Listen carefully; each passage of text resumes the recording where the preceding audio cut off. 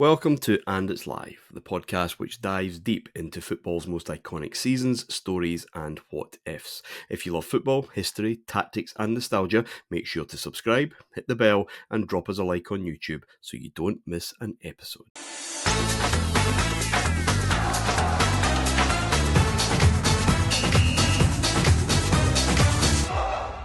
Hello and welcome to another main event special. Still no Adam as he completes his recovery, but David and I are here. How are we doing, David?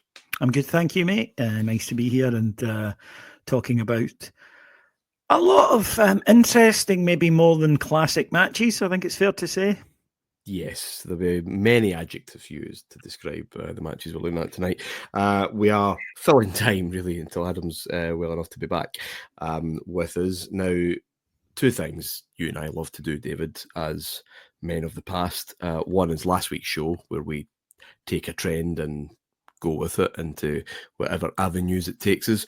And the second, which is a very male thing to do, is rank things. Things need to be in order. They can't just be milling about. Part of the conversation, they need to be definitively put into place. And we've done that in a show before, and we're going to do that again. No top fives this week, but is the lesser spotted top 17, which is, of course, unusual. The final. I mean, we sometimes are criticised for being so prosaic, David, and just sticking to the rules, never going out there. Avant-garde is not a word, two words that are ever used with us, but here we are with the top 17.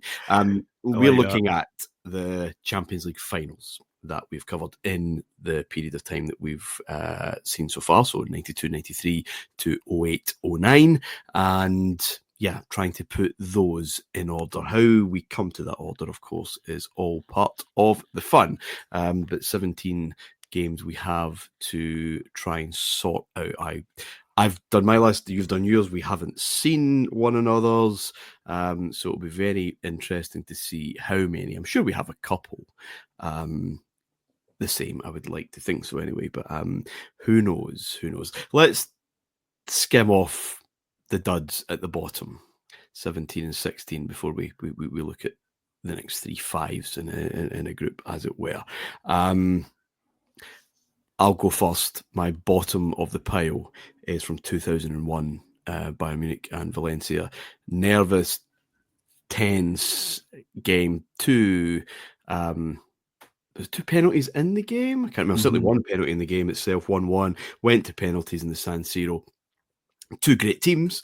We've gone into a fair bit of depth on the show about that. Occasion got the better of Valencia yet again, and I think Munich just managed that as they do. Great for them, but it was it's the least fondly remembered Champions League final of the ones that we've looked at so far. So that's my 17th. That's my 16th. Spoiler alert. Good stuff. There we go. Ballpark. Yeah, we are in the ballpark. My 17th, you're going to hate me. I don't care. It is, of course, Juventus versus AC Milan at Old Trafford in 2000. See, I don't know how you rank these. I ranked them on how much I enjoyed them at the time or how much they let me down. And as a Serie A fanboy, as you know, long term, going back to the 80s, I have beaten the drum for Serie A, Martyn. And one of my pet hates is when people say now things like, it's a really defensively got the Italians are good at defending. I think you haven't watched the Italian game in 20 years, have you? So yeah, people are saying that's really boring. I'm like, no, it's got really exciting over the last 4 or 5 years, post Ronaldo and everything. And they served that up. And I looked like a tit on top of seeing no goals over 2 hours. So that's 17th for me. And 16th is the one you mentioned, a constipated game of football. Constipated is the word, yeah. I've talked about adjectives before that. That's the fine one. Yeah, I mean, I'm disappointed. I'm disappointed that my...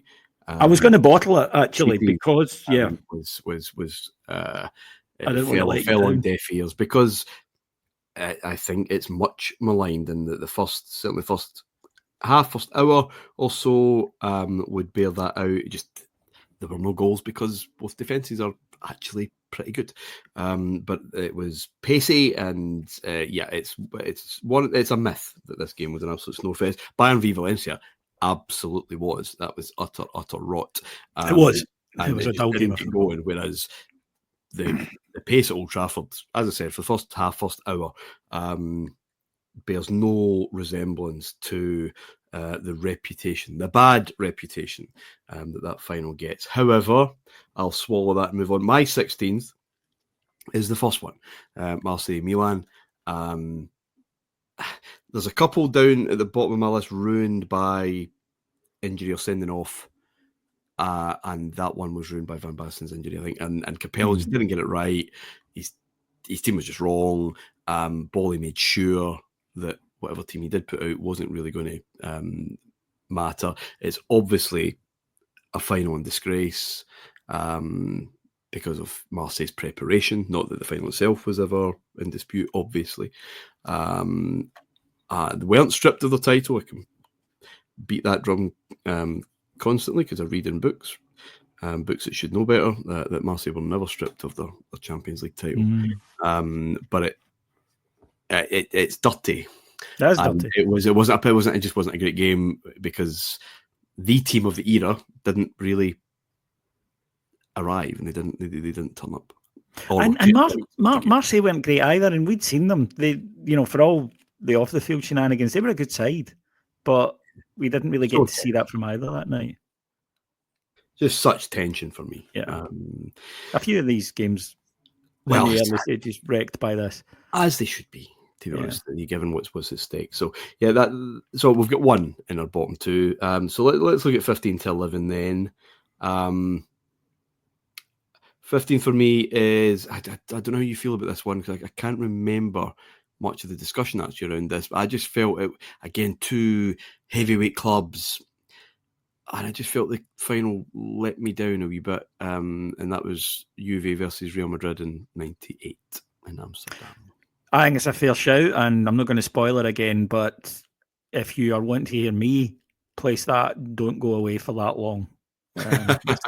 No, exactly what you said there again, and I'm going on the ones at the start disappointed me. This should have been better. Real Madrid at that point to our generation weren't the Real Madrid of my dad's generation and my granddad's generation and our, if you like, younger friends' generation now. This was really Real Madrid. We'd gone through, since we'd grown up, Martin, they hadn't really been, they hadn't won it. And Barcelona had really been the main Spanish team that we were growing up with.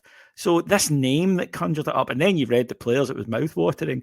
Juventus at that point as well. Juventus mid-90s were, the super club kind of thing.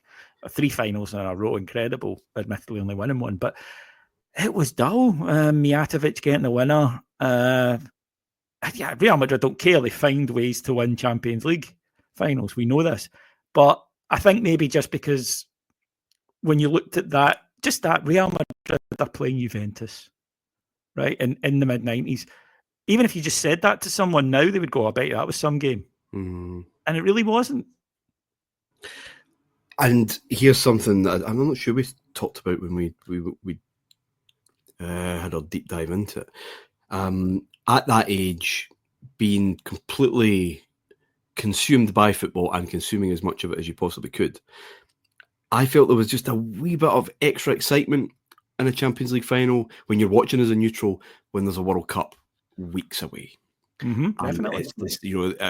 Your season's over, and Christ, I was happy to get that particular season out the way for obvious reasons. But here's this glamour game, heavyweights, as we said, and in a matter of 2 or 3 weeks, a World Cup in our time zone. Our time zone, yeah. Really, Scotland were there, the UK, Everything's just boiling up, man. And it disappointed. France 98 absolutely didn't disappoint. But yeah, that one did for me. You're 15. My 15th is 99-2000, and that's Real Madrid 3, Valencia 0. Because Valencia were a side I was very excited about. I had watched them, as people I'm sure will realise. And I thought they were brilliant. And I thought in Mendieta they had the best player in Europe that year. And I was really looking forward. unbeknownst to me, that there was one team in the world that Valencia would shit their knickers at in a final, and that was Real Madrid. I really believe that if it had been anybody else, no matter how good that year, Valencia would have beaten them. They played the badge. They didn't play the team that were in front of them, and they were cuffed. And it was just such a letdown. Madrid didn't have to get out of second gear. I'm not blaming them for this. They quickly realised that this Valencia side were not going to challenge them that night. They got themselves into a lead. There is a lovely goal from McManaman at the end to make it 3-0, but it was such a letdown because there was no jeopardy, Martyn, in this match. None. From about the 10th minute, Real Madrid knew they were winning. And I think Valencia maybe knew 10 minutes before that Real Madrid were winning. Yeah. So, I was just very, very disappointed. And again, with all these finals, Real Madrid won't give a stuff. But I think for Valencia fans, the regret must be we didn't show up that night. And they really didn't. And it was the kind of chip on the shoulder. It's, the big guns that have done us over so often. Valencia were a better team than Real Madrid then. And just did not show it, did not perform. None of them guys that I'd watched in the flesh that season, guys though that I'd watched throughout their campaign, nothing. I'll come back to this later on, obviously because it's not my 15th. But I've got I totally get where you're coming from. I've just got a slightly different spin on it, which is why it's a wee bit further up my list. My 14th. Is of the same kind of thing, same kind of path, and that's Porto Monaco 2004. Now, some may be surprised about that. It obviously has historical resonance because it's Mourinho's big breakthrough, huge excitement about that. I was excited about that excitement, but I felt before it. You know how people love underdogs, Davey? Mm-hmm. Love an underdog story. I don't. I love overdogs. I love this particular evening, Champions League final, to be between ideally the two best sides in Europe. And how many times in this list of 17 do we find that? It's the nature of cup football. Often it's the quarterfinals or semi-finals just because of the draw. And there was a bit of, what, really? This is a weird final in Gelsenkirchen. What is going on? And it was a no-show again by one club, complete confidence and belief from another. And yes, the Mourinho thing lifts it a wee bit for me, but it just didn't take place. It was just a non-event, and I don't love games. There's a couple, one in particular that on paper looks like a non-event, but it's so special for obvious reasons, and I think anyone who's listened to the show might guess what that might be. But yeah, Porto Monaco for me in 04 is my 14th. Yep. No disagreement. My 14th, 97-98, the aforementioned. And, similar similar to yourself again on my 13th, which is 92-93. Yeah. Because it just wasn't good. I mean, I could dress it up. I could give you, but you summed up the reasons why it wasn't good. I can only really emphasise it was an industrial match. Again, another side that I'd witnessed in the flesh that year, and a side that, like you, like every British school kid at the time, I revered. And then Van Basten going off. It says everything that anybody, you ask anybody, even Football Geek, what's your memory of that game? Van Basten got injured. Not the winning goal, not Martyn. Van Basten got injured. That's what we got out of that game, the premature end of one of the best strikers in the world. So, yeah. There's just sadness all around. So my 13, again, a game that had all the narrative set up, I think. Lots of things that oh right, this is going to be interesting, and was ruined by an early moment, and that was obviously the sending off of Jens Lehmann. I've got Arsenal Barca 2006. It did have an exciting end to it, and it had its own contextual drama. Of course, Arsenal holding on. Henry failed on the night in Paris. Mm-hmm. Could have been his, farewell and all of that. But it was just, I would have loved to have seen that game, 11 against 11, as set out. and that's why it falls flat. Even though it was Barca's big, it was first Champions League, and we know what that leads to. But it just a bit of a flat final, despite so many ingredients being there beforehand. Yep, and it's I might as well cut to the chase. It was my 13th. That's got us one. Is it our first one? That's our first one. Yeah, or my 12th. Sorry. Oh, of course. Sorry. Yeah, sorry. No, that was my 12th. I was really looking forward to this, and it's almost difficult because of how it all ended for Wenger. And there was a 5-year ending. It wasn't, a year ending. It wasn't overnight. But we're talking about a couple of years on from the Invincibles, right? Arsenal played lovely football, and it just did seem to be inevitable that much as Ferguson had sort of topped off, crowned that, that's done a lot now at United 99, that this would happen for them. And the red card, as you say, 17 minutes in, completely ruins it. Arsenal are holding on pretty well for a large spell of the match, to be fair to them. But I just hate games like that as a neutral, where you go, well, that's that, screwed now. And occasionally, I suppose, a team responds with 10 minutes. But also, what the red card was for, I hated that rule. I'm really glad they scrapped it. That a keeper fouls. Yeah. I don't mean the ones, if a guy goes round the keeper and he pulls his shirt back to stop him putting the ball in the net, that is different. Or but a goalkeeper, that too. But a goalkeeper coming out, diving at somebody's feet, not getting the ball and clipping them, it's a penalty. Yeah. A penalty every day of the week, no complaints whatsoever. But I don't even like when they get booked for it, to be honest, because it's like, what's he supposed to do? Just stand there, let him get the ball and shoot past him from the yard? He's going to come out and try and win the ball. Most times, goalkeepers do get there first. And I think, as well as a fan, if I see my team doing that and the forward nips in, gets the ball first and gets brought down, I'm happy enough with a penalty. I don't think I need that. And it's very interesting, actually, because if you think of the 2010 World Cup final, Howard Webb basically made a decision that was not the correct decision for the sake of the game when he didn't send off Nigel de Jong for one of the readiest red cards you'll ever see, and has since spoken about it and said it would have ruined the game and I had to be cognizant of that. So I completely agree with your point on Lehman. I think we talked about it on the show, and the laws have changed accordingly because a penalty and a yellow card, it's a foul. It's a goal scoring opportunity, blah blah blah. But you're getting that shot at goal in a way that you don't if there's a free kick or whatever outside the box. So I think the laws have changed, but the referees are there to use the laws. I don't disagree. I don't like that. I totally understand where Howard Webb was coming from, but it was wrong. But it was wrong. Yeah, I agree with you on this. I'm just saying it's quite interesting that was his reasoning. Yeah, but I agree with you. He should have sent him off. Same as a foul in the first minute. Yeah, exactly. That they don't punish.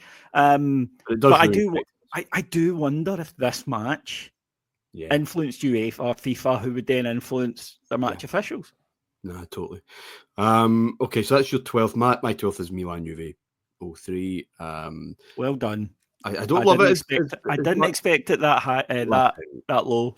I think we got there in the show. I don't watch it on an annual basis the way that you watch The Godfather or whatever every year.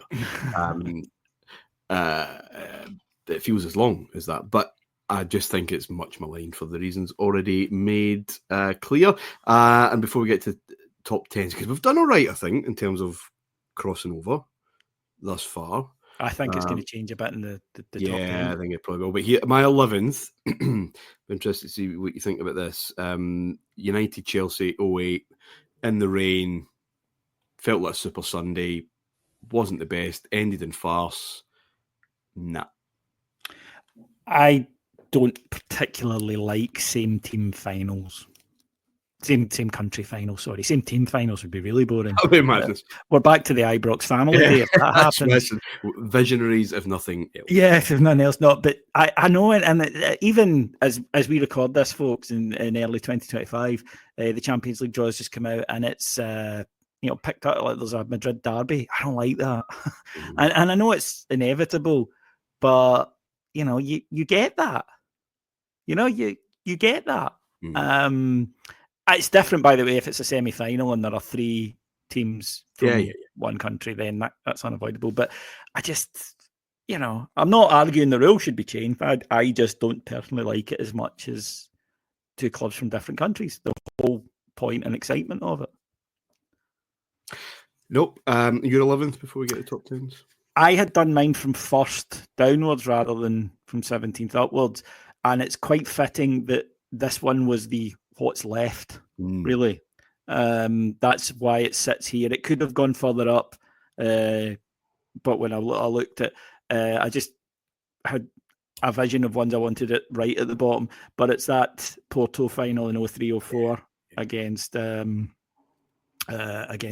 Monaco. Monaco had done really, really well that season. The semis were weird that year. The semis were really weird.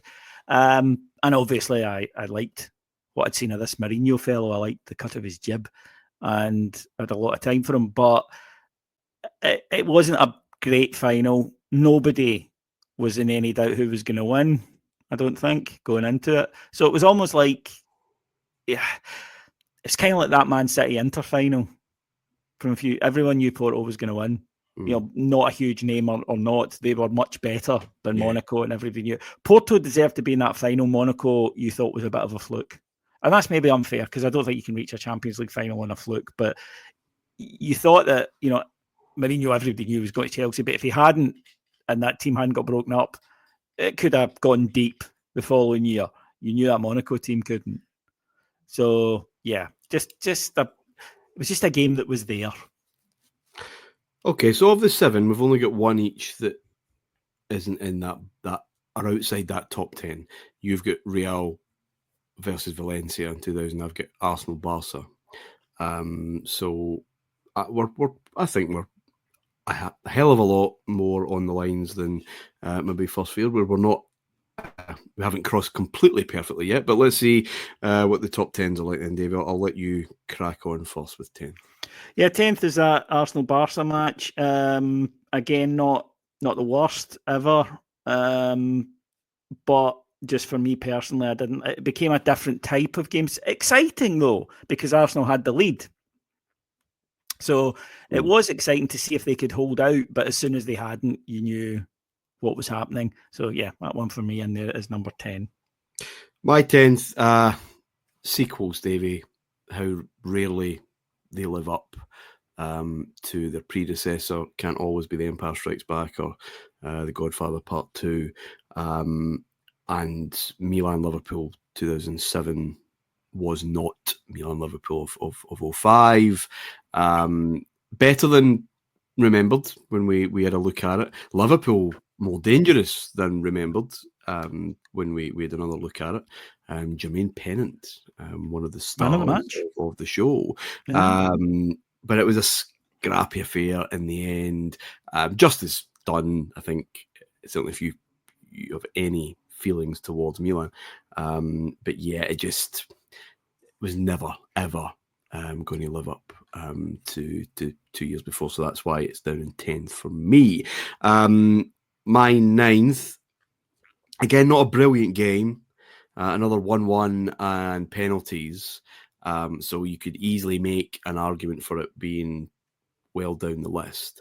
But of the matches I'm looking at, on the 17, there are only a few that could claim to have this, and this one absolutely does, which is that Ajax and Juventus in 1996 were the 2 best teams in Europe.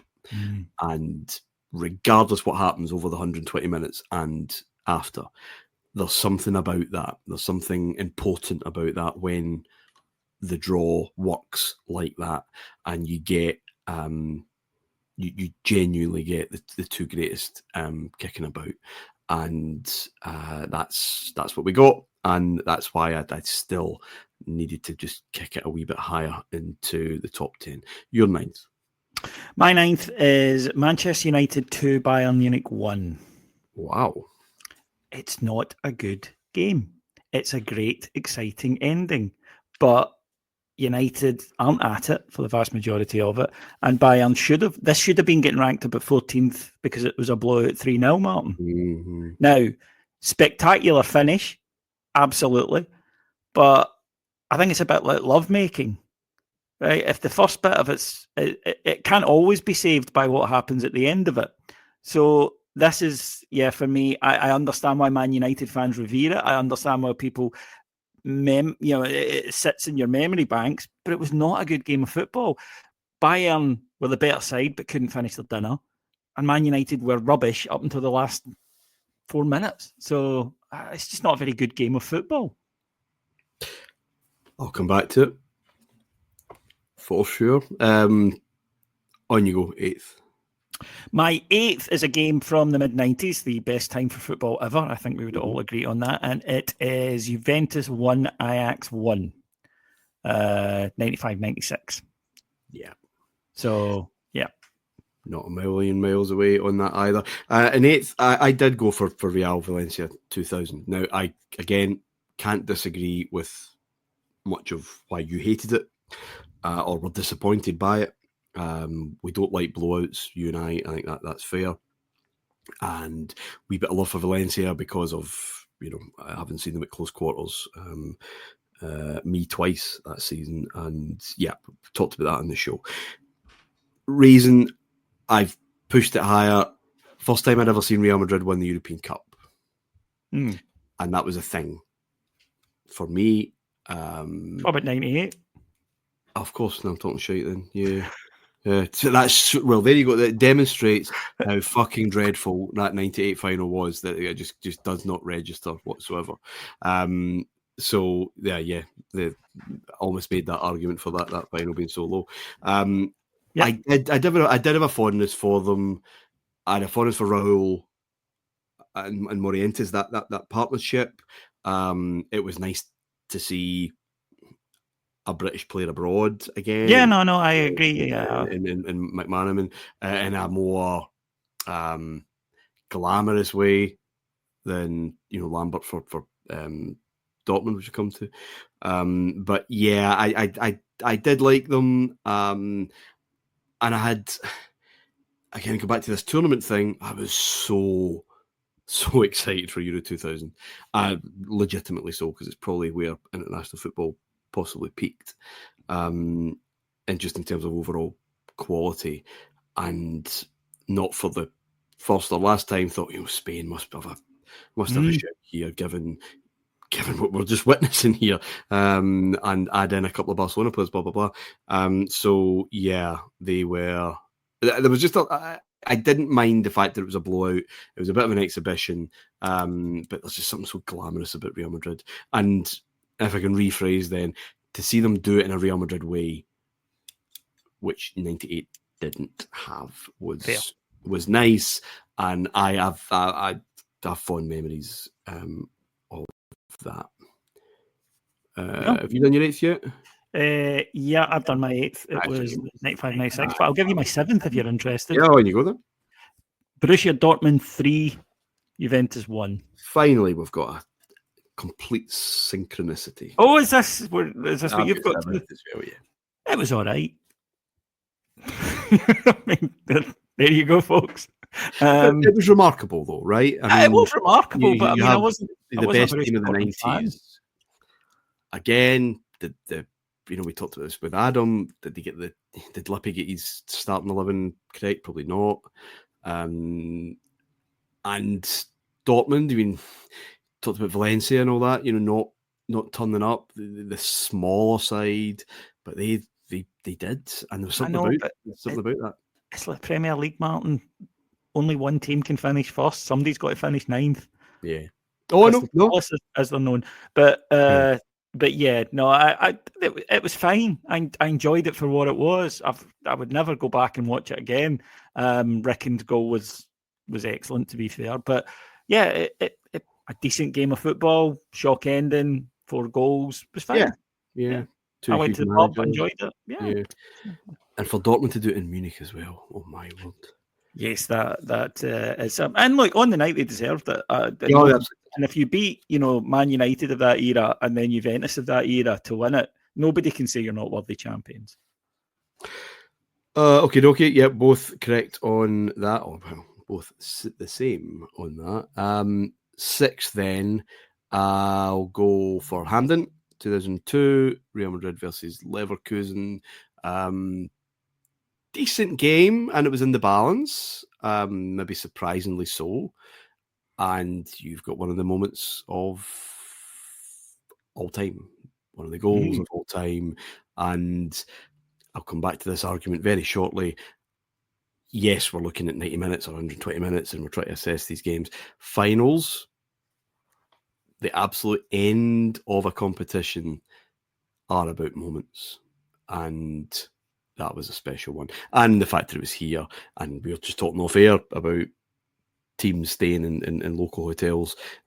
That Real Madrid team were staying in a hotel 2-3 miles from where I'm sitting right now. I know that's kind of weird, to be honest, to think about. Yeah, so I'll go for Madrid, Leverkusen, Zidane, 2002. My six is a very personal one. It was, but you said any criteria. Oh, absolutely. Was fine. So it is Liverpool versus AC Milan 2. And I watched this in St. Petersburg in Russia, which now I think about it means I can never go to America again these days. Or doesn't mean that I can. I just can't go to China. I don't know who's friendly who. I think relations between Russia and America will be a lot warmer than it seems a bit better. But I was there on holiday, and we went to the bar at the bottom of our hotel to watch this game. And in case you're thinking, by the way, folks, that St. Petersburg, if you haven't been to Russia and you think that did they have the old cathode ray tellies? No, they did not. They had big screens. They had amazing beer and vodka. And we watched the game, and I was just delighted for Milan to get their revenge. I have more fondness for AC Milan than I do for Liverpool. And I was delighted to see Pippo Inzaghi, who's a guy who I think gets a shit deal from people. Absolutely. Who's born offside. A very good, yeah. He played right on the line. And do you know how he did that or why he did that? Because he's got some like fucking 300 career goals, mate. So it seemed, I'm sure he did get caught offside a lot. That was part of the deal. Who knows in a VAR era if his goals would have went up or down, I don't know. But there wasn't VAR, and he was there, and he was the match winner. And yeah, I had a great time watching this game. And for me, anyway, that night, the right team won. That's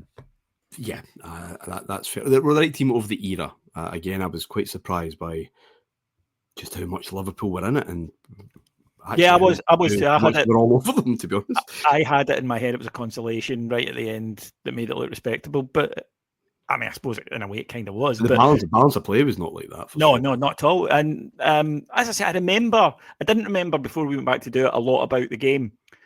But I remember how much I enjoyed it. So I thought it had been a good game and Milan had been very good. Watching it back, the reason that I've got in my brain I enjoyed it so much was Liverpool were very good. But yeah, as I say, Milan deserved it and was glad to see them get the revenge. Okay, so we spend too much time together, clearly, David. Top five, we have 4 of the same games in there, so there's one outlier for each of us. Kick us off then with your 5th. My 5th is Man United Chelsea 2008. This game's more narrative than it is football. And as I mentioned earlier, I don't particularly like finals when the teams are from the same country. However, all that said, these two were behemoths, Martyn. Mm-hmm. This is heavyweight. This is very much not like Manchester United Chelsea would be in 2025, for example. This was, that so much happens in it. I always think the luckiest man in the world is Nicolas Anelka because nobody remembers he missed that penalty. Okay. Everyone just remembers the Terry one, yeah. Whereas that wasn't the one that condemned them to defeat. But I think that, it was a decent game. It wasn't an epic, wasn't an all-timer, but it was good. But it was 2 real heavyweights slugging that didn't like each other but respected each other. And for me, that's the best type of rivalry, when they're a good side. And I think if you do that, you might not like them, but your achievement is bigger when you beat them. And I must admit, I wanted to see if this Chelsea team could manage itself to a Champions League. And to be honest, they came within one slip they of should have doing so. I get those arguments. I just thought it was it's just a drab, in many ways, a drab final. The weather didn't help, and the familiarity certainly didn't help. It just didn't really get going, and it had, but I was going to say it had drama at the end. Of course, it did, but it was farcical drama rather than the good type for me. Okay, fifth place for me is the final that we've just looked at, Barcelona, Manchester United from 2009. Its historical legacy is obvious. Guardiola's in his first season, the birth of this team, the birth of so many legends, and as Rob, I think, and Rob and Adam were very good at picking out so many interesting strands to the game itself. I still just have this kind of nagging feeling that I still think he got it wrong, but maybe he had to because of Ferguson. I mean, he had to because of injuries, but going toe to toe as I felt they did, and that's certainly my memory of it. And watching what I've watched back hasn't really disavowed me of that. If they'd just been a wee bit more coy, it might have been a different result, maybe a more interesting game, might not have. But I think he maybe got it wrong on that particular evening. But it's still historically important and a fairly enjoyable fair of a Wednesday evening. Okay. My fourth is from 95, Ajax.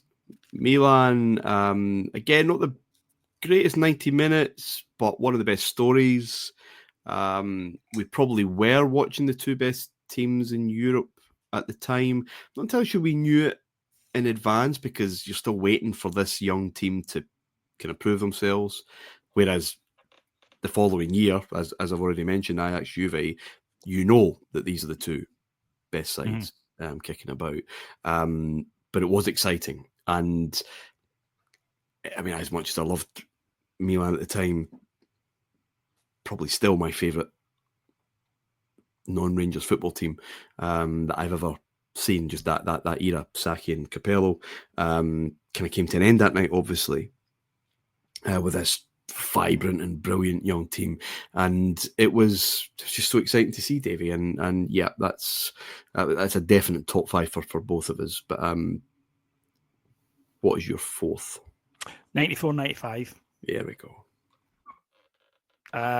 Disappointing game for a neutral, but was always live. It was always in the mix. You couldn't turn away for a second from it. And to go back to a point you made earlier, you don't often get the two best teams in Europe in the final of a Champions League. You did this year. I mean, witness the last year from when we're recording, where you had Borussia Dortmund done terrifically well to get there. I'm not slagging anyone off, but the best two sides at the time were Manchester City and Real Madrid, who'd met earlier. That can happen. Just got football in it. Yeah, well, I mean, not Liverpool. I saw many an interview with Liverpool players of the year saying us versus Nottingham Forest, the year after Forest had won it. Yeah. That they got drawn together in the first round. They were the best two teams in Europe at the time, but one of them had to go out, cup football. But this was that, and yeah, so goes in there for me. Just on this thing, then, I'm looking at the list of 17. I'd probably make an argument 4 of those 17 have the two best in Europe at the time of the final. Yeah, I think it's legit. Yeah. And it'll kind of get worse. It'll kind of get worse as we get into the Real Madrid era of dominance. Although we're going to stop before it quite gets to that. There were times they weren't even the best team in Spain that season. Just think about a very good cup team in the biggest cup about. But yeah, I mean, Marseille Milan in '93 They are two good sides, right? Okay. And there's obviously one other game to come. Your third, Davey? In third place for me is Hamden 2002. Real Madrid versus Bayer Leverkusen. Was very excited about having a final in my home city. Wasn't that excited about one of the teams who got there. That's not their fault. But, it wasn't down to them not to qualify for it. But they gave a damn good go, didn't they, that night? They really did. Kind of similar, actually, in a way to that final I mentioned, the Dortmund one, where Dortmund missed umpteen chances to take the lead. But, Leverkusen had a go. But in the end, it was a bit of genius. And again, it's something that if you love football, you have this image seared into your mind. Totally. Okay, my third then. And again, accept your criteria for keeping this as low as you did and why it could have been lower. But I'll go back to, I guess, the argument I would make that finals, big finals, important finals are about moments. It's why we love football, not the course of the 90 minutes. That's why we love trying to understand it and make sense of things and blah, blah, blah. But we live, as football fans, we live for 2 or 3 minutes like that. And if we ever get to taste anything like that, then we've been lucky. And that's obviously 99. That is a cup final finish. Nothing on this list has that thing. Others have other different qualities. We'll come to. I've got a feeling the same too. Well, I've got a feeling it must be the same too. And yeah, that's United Bayern 99. It's what cup football should be, and it's what football fans keep going through the rain and the cold and depressing years and whatever else, just for a taste of that kind of adrenaline that, cover your ears, any close relatives, offspring or whatever, but it's better than anything. I mean, the Helicopter Sunday is the greatest 20 minutes of my life. No, that's not true. The second greatest 20 minutes of my life. The best or the half an hour after Leipzig. Yeah. But that doesn't piss on your point either, does it? The two examples I've mentioned. And yeah, I mean, I remember saying that to Sally. I said, I loved our wedding day, but I knew it was coming, I was aware that I was going to get married. And I was looking forward to it. But it wasn't this unexpected thing and then, this communal experience. So the wedding day thing gets used quite a lot. But you're right. You're aware that you're getting married. Yeah. Well, I hope you are.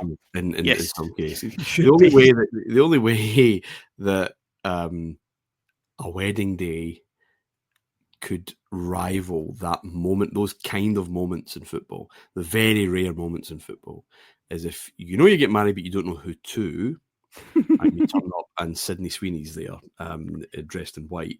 That's pretty much the only way that special day could be in any way comparable. Or if it was one of them Hugh Grant ones where you think you're getting married to Duckface. But then at the last minute comes in, even though he was wrong and should have married Kirsten Scott Thomas. Amen to that. Oh, do we agree on that? Oh, totally.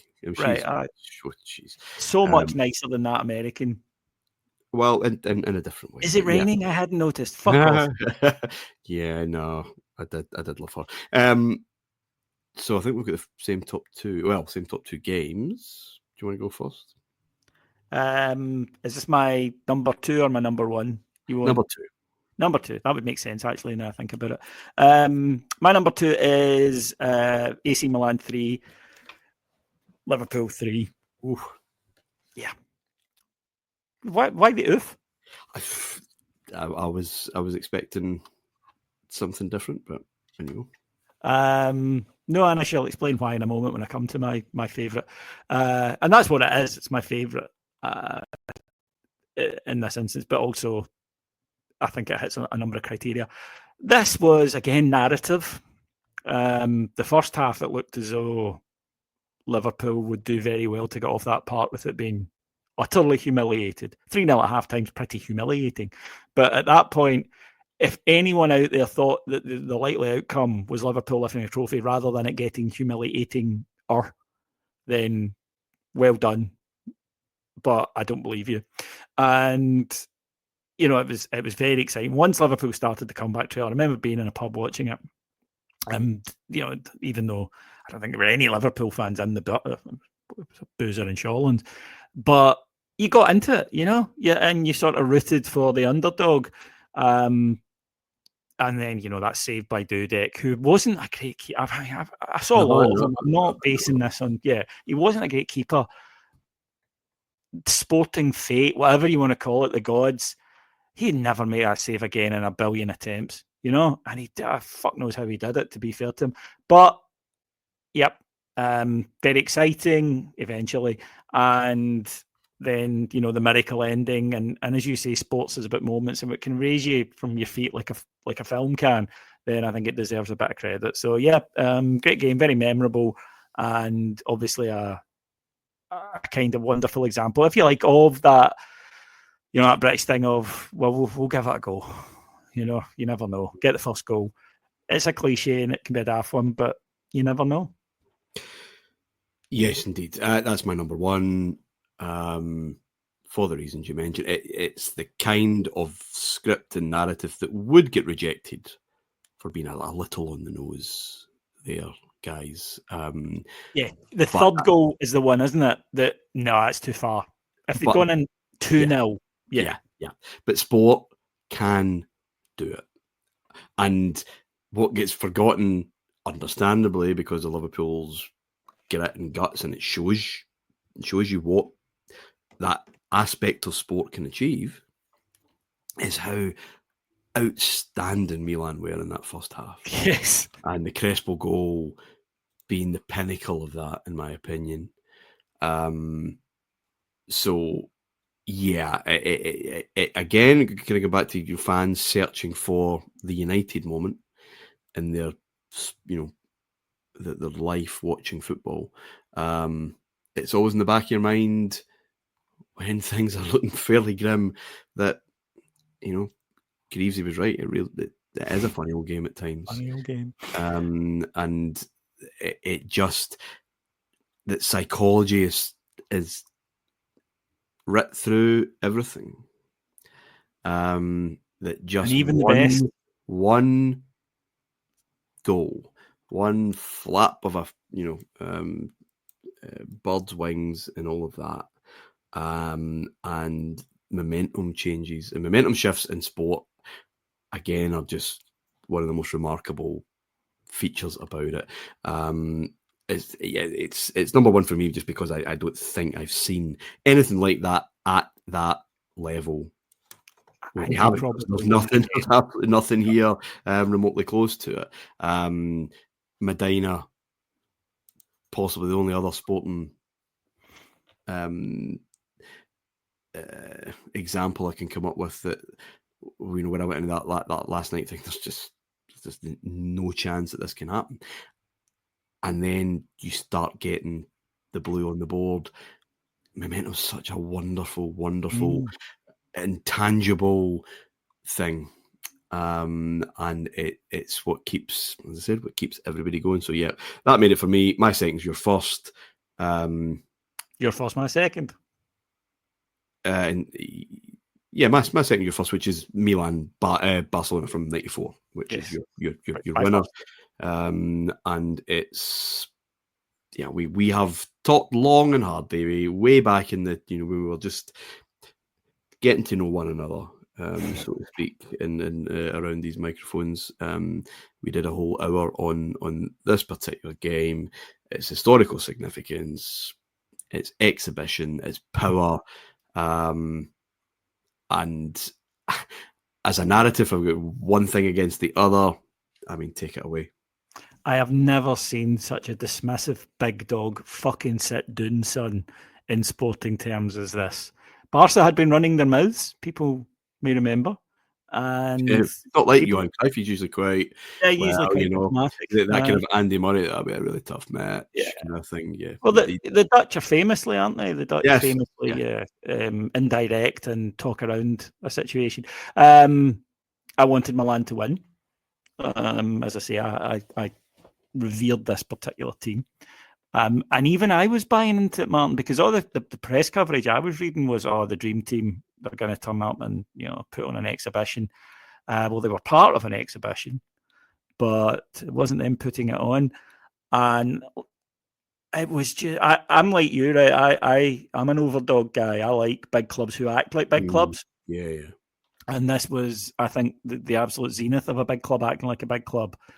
Just because, you could say Madrid versus Valencia was that, and I would agree. But this Barcelona team had won the European Cup not long before. And so many wonderful players, so confident. And they were dismantled, just taken apart. I also have a thing for Yugoslavia, old Yugoslavian playmakers from that region. And Savicevic's goal was just ludicrous. And the image of Zubizarreta getting caught in the net, was just... that was a bit too on the nose as a metaphor, but it was perfect. And like I say, it was just the most complete. The other one I would actually say that it reminded me of wasn't a final, but do you remember when Chelsea went to Man United in Mourinho's first season after winning the league and gubbed them? 3-0. And it was that we are so much better than you. We don't just want to win, we want to hurt you. We want to show everyone that we are so much better than you. And they did it. They were wonderful. I urge people to go back and watch it, because I know normally blow-outs aren't fun, but this is a clinic. It's an exhibition. Yeah, this is just a top team who are doing absolutely everything right. And it's the old thing, innit? Do you're talking on the pitch? Oh my goodness, that's what that was. Yeah, and the number the Slavic number 10 thing. People of our era will always have a soft spot for that. That just absolutely so mysterious and cool. I go back to Scott Carson, I think, had come on the Time Capsule a couple of years ago to do Belgrade. What, the Man City goalie? No. Oh, that'd be cool. Ranger fan and subscriber. The Red Star game in Belgrade in 91. Yes. And him and his pal just kind of, it's a bit tasty out here. They just jumped in this cafe for a beer or whatever, and the guy's like, yeah, okay, no problem. He served them. He said, see, this was lunchtime. And he said, see that guy down the other side of the cafe with the ginger hair smoking? He said, aye. He said, that's Red Star's number 10. He's been absolutely disappointed tonight. It was Robert Prozinecki, and he very much did. There was some, because we didn't have access to these guys except at World Cups or Euros, so you only got a taste of them. Maybe the odd European game that they would pop up. So there was a mystery there. And then when you got to see them strutting their stuff, as we did, I mean, it was painful for us, but they were magnificent. The one rule at the time, though, was don't sign as the Iron Curtain was breaking up, because a lot of the lads, when they came over and they got money, they were interested in experiencing a side of life that had been difficult for them to experience under communism, put it that way. And even then, though, there was something... just Levi's. No, it wasn't, and it wasn't just MC Hammer albums. They were here for good time, no a long time. And even then, though, there was something magnificent about their insouciance. And I mean, Miko at Rangers was, they just had a coolness to them. They would certainly have been in a cool band or whatever. And I loved them. But this game was just terrific. As I say, I wanted Milan to win. Like you, like a lot of British teenagers at the time, because Soccer Italia, we had a lot of fondness for them. But they were just they were everything you wanted your team to be, weren't they? Oh, God. Not who you supported. They were robust and they had amazing talent, but their defenders were improbably cool. They had the handsome guy in there next to the old guy who looked about 600, but still. And they were without, they were, that defence was makeshift. It was. Because of injury and suspension. So, it's a fascinating game. It was the end of Cruyff, really. And in a weird way, it was the end of Fabio as well, because, they missed out the next year. and it was kind of the end of that cycle, that particular Milan cycle, the Saki Capello one. We'd get fantastic side, to come later on that I think I've been happy to actually get into through this series, because I think even I had underestimated that Milan side of the naughties. The naughties, really. You're just, I know that. Yes, in Istanbul, the freakery of Istanbul really probably stops that side from being Jesus and Depor.